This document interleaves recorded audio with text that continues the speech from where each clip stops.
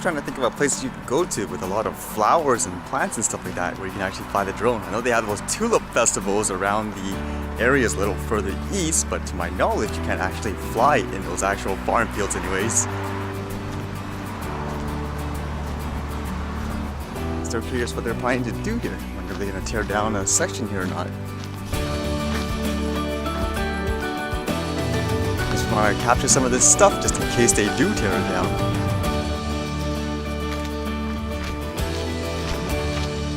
Alright, this little crazy piece of news that says family runs from cheetah after getting out of car at safari park to take pictures.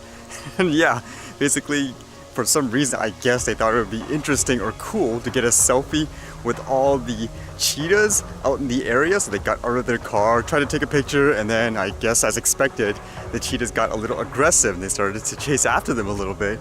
But the crazy thing about this too is that lady, I'm guessing it's the parent, brought their child out there. What are you thinking to get like a selfie shot? I know for me, if I ever wanted to get a shot that close, I'd rather fly my drone like what, maybe 10 meters in the air or 20 or so just to get the shot and just zoom in afterwards.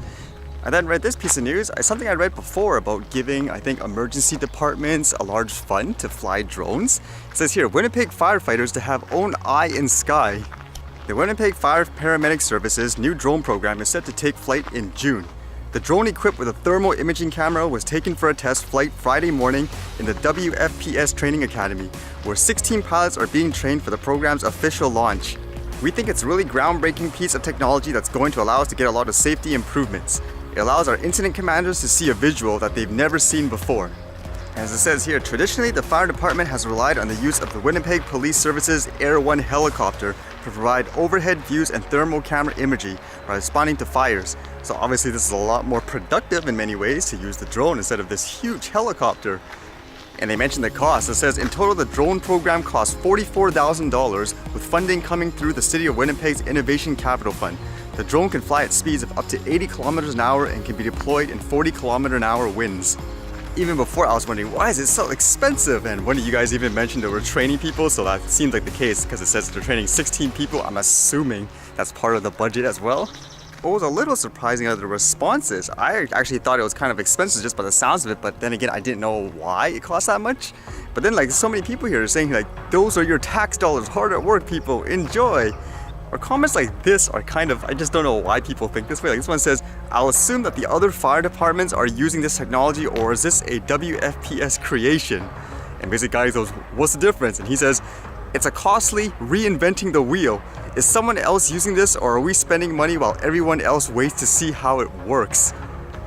Man, like in terms of things like drones and stuff, for people to not want to innovate that way, but even from common sense point of view, you can fly this electronic device, get thermal imaging and everything like that really quickly, as opposed to getting this huge helicopter. Why wouldn't you try it?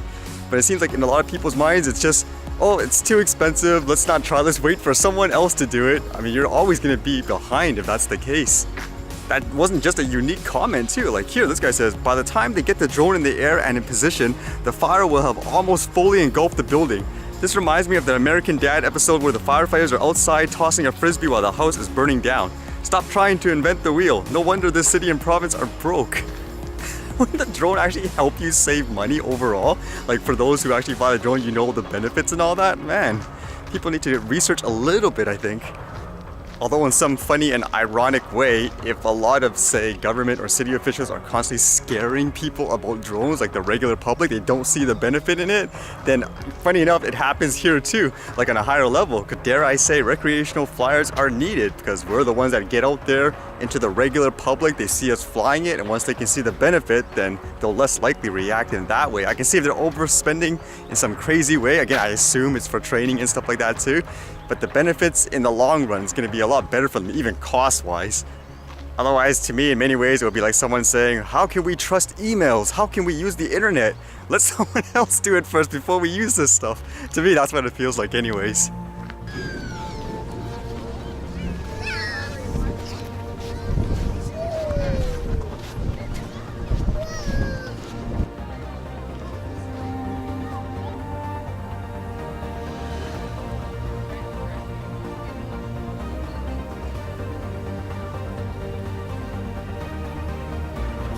What's this thing?